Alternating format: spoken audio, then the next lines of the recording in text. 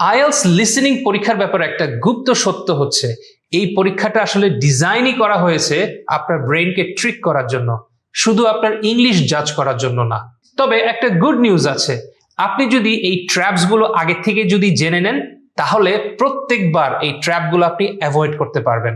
যেমন আজকে একটা ট্র্যাপ নিয়ে আপনাদের সাথে শেয়ার করি যেটা কেউই খেয়াল করে না। লিসেনিং টেস্টে তারা আপনাকে অনেক সময় কনফিউজ করার চেষ্টা করবে ওয়ার্ড সুইচিং দিয়ে। যেমন অডিওতে তারা বলবে অ্যাফোর্ডেবল, বাট অ্যাকচুয়ালি আনসারটা হবে ইনএক্সপেন্সিভ। অডিওতে হয়তো বলবে রিডিউসড, বাট আনসারে এক্সপেক্ট করবে লোয়ার।